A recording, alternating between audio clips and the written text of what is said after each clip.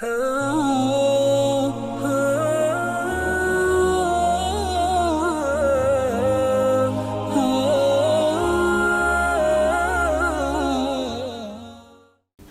اللہ الرحمن الرحیم۔ ناظرین محترم، دو مسئلوں کی ذرا وضاحت ضروری ہے۔ ہمارے سامنے جو مسائل آتے ہیں ان میں سے ابھی تک جو دو مسئلے آپ کے سامنے میں عرض کرنے لگا ہوں، اس حوالے سے بہت سی غلط فہمیاں موجود ہیں، اور عوام تو کیا خواص میں بھی اس کی غلطی موجود ہے، خواص بھی غلطی کرتے ہیں۔ پہلا مسئلہ تو یہ ہے کہ اگر والد بیرون ملک رہتا ہے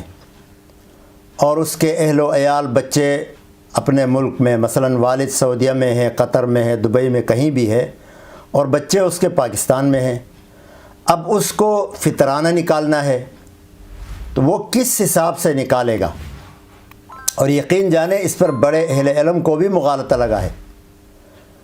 تو دارالعلوم کراچی کا فتویٰ انشاءاللہ اس کلپ کے ساتھ ہی نشر کروں گا۔ فتویٰ ہے کہ جو شخص بیرون ملک مقیم ہے، مثلا عید الفطر میں وہ قطر میں ہے یا سعودیہ میں ہے یا لندن میں ہے یا امریکہ میں ہے، اس کی فیملی پاکستان میں ہے، تو اب وہ فطرانہ کس طرح نکالے گا؟ اگر بچوں کا فطرانہ وہ دینا چاہتا ہے تو اس کا جواب اور حل یہ ہے کہ پاکستان میں اس کی فیملی میں جو بڑے افراد ہیں، جو بالغ بچے ہیں، بچیاں ہیں، بیوی ہے،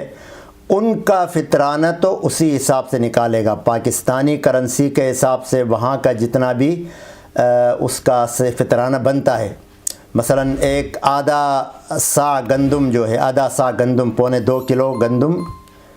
یا اس کی قیمت جو بھی وہاں علماء طے کریں، اور اسی طرح 1 سا جو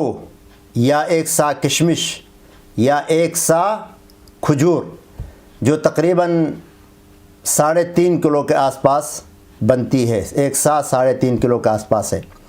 تو اس کی جو قیمت وہاں علماء نے طے کی ہے مختلف ہے۔ مثلا گندم کی قیمت کچھ اور ہے 3.5 کلو کی، اور اسی طرح جو کی کچھ اور ہے، گندم 2.25 کلو آدھا سا، اور جو 1 سا 3.5 کلو تقریباً، اسی طرح کشمش اور کھجور۔ تو اب کشمش کی ریٹ کچھ اور ہے، کھجور کی اور ہے، جو کی اور ہے، گندم کی اور ہے، تو اس کو سامنے رکھ کر علماء نے وہاں ایک رقم متعین کی ہے کہ بھائی 140 روپیہ یا 150 روپیہ یا 300 کچھ روپیہ، جو بھی وہاں ریٹ ہے۔ تو اب اگر وہ بڑے بچوں کا دینا چاہتا ہے تو بالغ بچوں کا اسی حساب سے دے گا جو پاکستان میں ان کا بنتا ہے، جبکہ نابالغ بچے، چھوٹے بچے جو ہیں،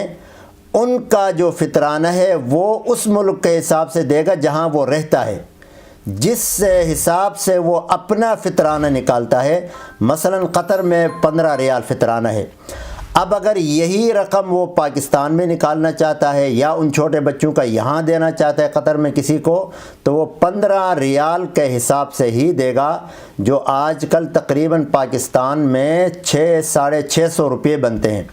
یا اسی طرح کوئی آدمی امریکہ میں رہتا ہے تو امریکہ میں جتنے ڈالر فطرانے کے بنتے ہیں، مقرر ہیں، اتنے ہی ڈالر کے پاکستان میں پیسے نکالے گا۔ اب ان کا جو فطرانہ ہے وہ پاکستان کے حساب سے نہیں نکالے گا، جیسے کہ پاکستان میں 150 روپیہ ہے یا 200 ہے یا 300 ہے، جو بھی ہے، نابالغ بچوں کا اس حساب سے نہیں نکالے گا، بلکہ نابالغ بچوں کا اپنی حساب سے نکالے گا جہاں وہ رہتا ہے۔ مثلا میں قطر میں ہوں، یہاں میں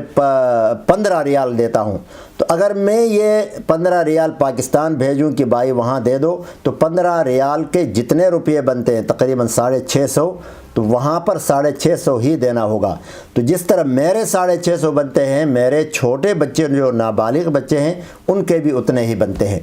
ایک مسئلہ ہو گیا۔ دوسرا مسئلہ جو بہت ضروری ہے وہ یہ ہے کہ یوں سمجھے اس میں غلط فہمی ہے عوام کو بھی اور بہت سے خواص کو بھی، وہ یہ کہ لوگ سمجھتے ہیں کہ اذان کے ختم ہونے تک کھانا پینا چاہیے، کھانے پینے کی گنجائش ہے، جواز ہے۔ اور یہ ایسا مسئلہ ہے کہ آپ یقین کریں، میں نے خود کئی لوگوں کی تصحیح کی، وہ ماننے کے لیے تیار نہیں، کہتے ہیں نہیں ہم نے جو بڑے تھے ان کو دیکھا، ان سے سنا کہ اذان ختم ہونے تک کھانا چاہیے۔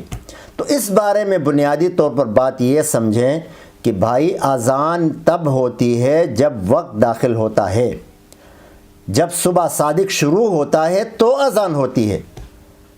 اسی لیے جو محتاط طریقے کے مطابق جو ٹائمنگ بناتے ہیں افطار اور سحری کا، تو سحری کا جو ٹائم لکھا ہوتا ہے اگر 4 بجے اذان ہے تو کم از کم 10 منٹ پہلے